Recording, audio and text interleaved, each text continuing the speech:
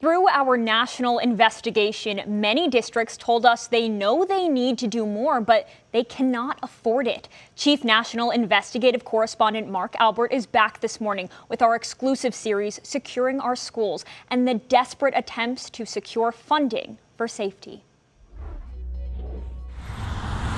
In the southwest corner of Ohio, the village of Blanchester is not so much prospering as surviving. Household income here is nearly half as much than the rest of the state. So when the local school district asked voters in November for more money to bolster safety and security, it lost badly by nearly 2-1. And it wasn't the first time, says Superintendent Randy Dunlap. You asked voters in May of 2022 for more money. They said no. You asked in November of 2022 for more money. They said no again. You're asking again this spring. Yep. Are you any more hopeful that you'll get it this time? Unless the economy changes, I don't see it. I just don't see it. Are you going to keep asking even though the voters have told you no over and over? We have to for our kids. And that's the dilemma facing districts nationwide as threats grow. How to keep schools safe if they can't afford it.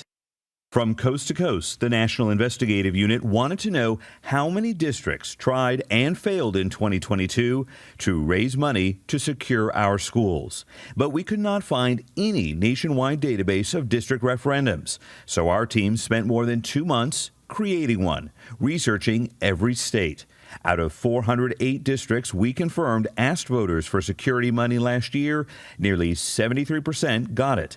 But 27%, more than 1 out of every 4, failed.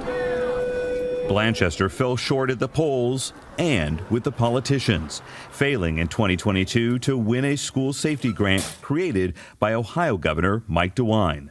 Do you feel like you're begging? At times, yeah. Begging the state, begging the voters, begging our community donors, begging anybody who might have money that can help us out. You're sort of a salesman for security. Yes. Should it be that way? No, it shouldn't. We're interviewing the governor tomorrow. Okay. And I wonder what you want to say to him. I'd just like to know if there's a plan. What's the plan? How are we going to improve safety? Look, we're here to try to help. His application for a grant has now been granted. In our interview, Governor DeWine announced for the first time publicly another $112 million for districts that previously lost out on his school safety grant program, including Blanchester. I'll get everything.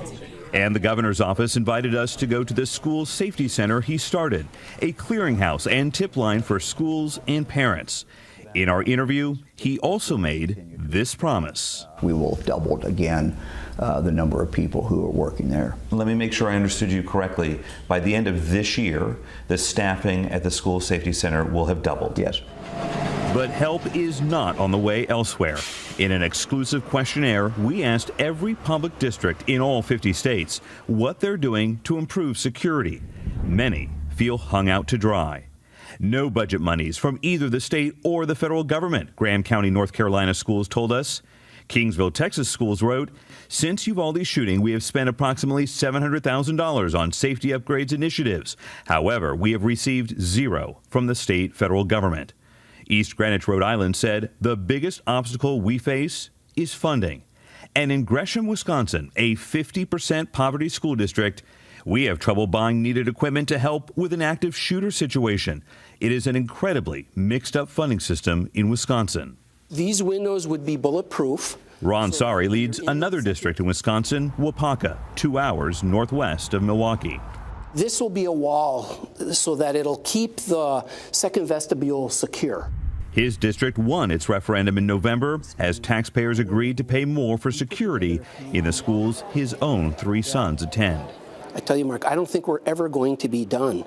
Whether it's my biological son or it is a neighbor's daughter or child, we want to protect them. We want to keep them safe. So this is a security risk? Yes. And that's the lesson for districts across the U.S., including back in Blanchester, Ohio, whose superintendent says he's begging for security money, an assignment We can't stop. so far marked incomplete. Congress did pass and President Biden signed a bipartisan Safer Communities Act last summer that gives $2 billion for school safety. However, with 100,000 schools nationwide, if that amount were divided equally, each school would only get $20,000. In Washington, I'm Chief National Investigative Correspondent Mark Albert. 4 Nebraska school districts gave some insight into their requests for safety and security funding last year.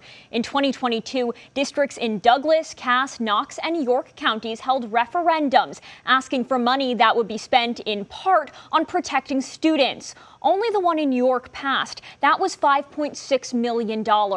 That money will go towards securing entrances and other security needs.